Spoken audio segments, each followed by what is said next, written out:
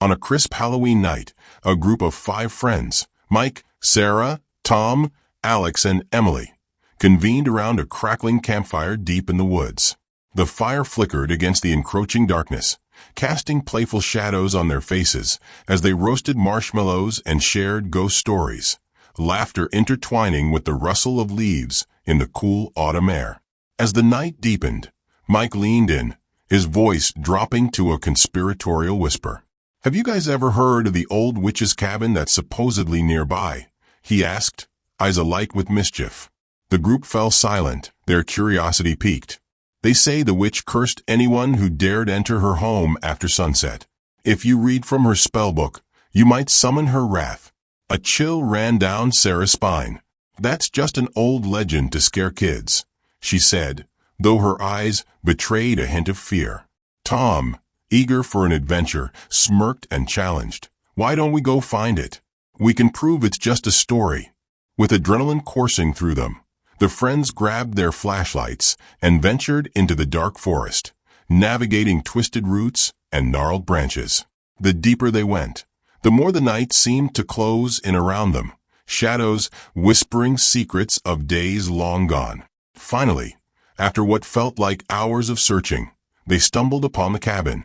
It stood abandoned, veiled in shadows and cloaked in vines, echoes of an ancient past emanating from its decaying walls. An open window seemed to beckon them inside, the air heavy with an unsettling stillness. "This is it," Tom exclaimed, a grin spreading across his face. "Let's go in."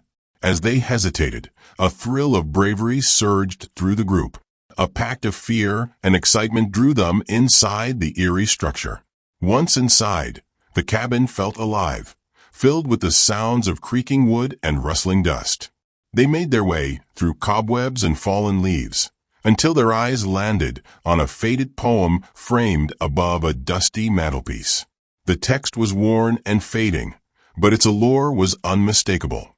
"This must be it," Alex said, pointing at the poem. "It's time to test our courage." With laughter echoing in the otherwise silent cabin, they joined in a daring circle around the poem.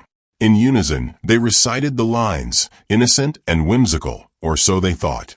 But as their voices filled the air, an unnatural crack pierced the night, echoing ominously around them.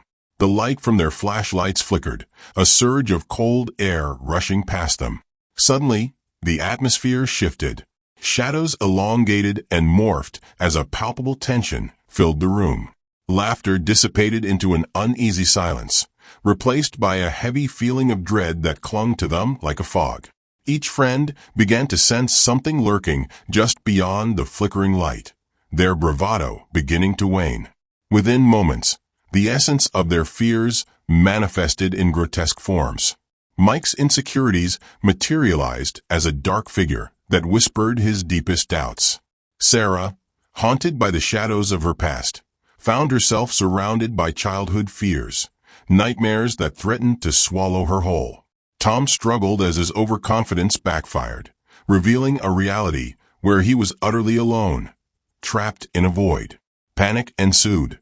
They shouted for each other, but the cabin twisted around them, growing darker, more suffocating by the second. "We need to leave," Emily cried, her voice trembling. But the exit seemed to evade them, the walls shifting, pulsing, responding to their fear. "Stop reading. It's the poem. We have to break the spell," Mike shouted, trying to recall the lines that had awakened this terror. Yet, with each attempt, the words slipped from their minds like water from an open palm. The cabin appeared to have come alive, drawn by their collective dread as it fed off their fear.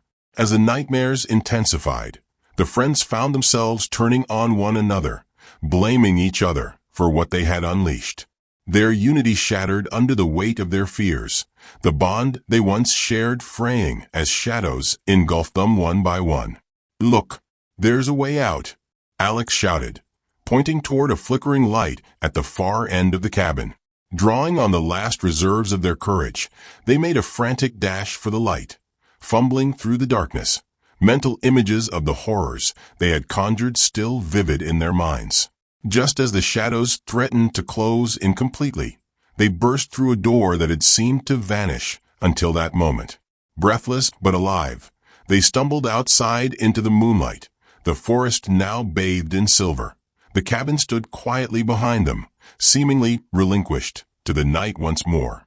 They collapsed in a heap on the forest floor, each catching their breath as relief washed over them.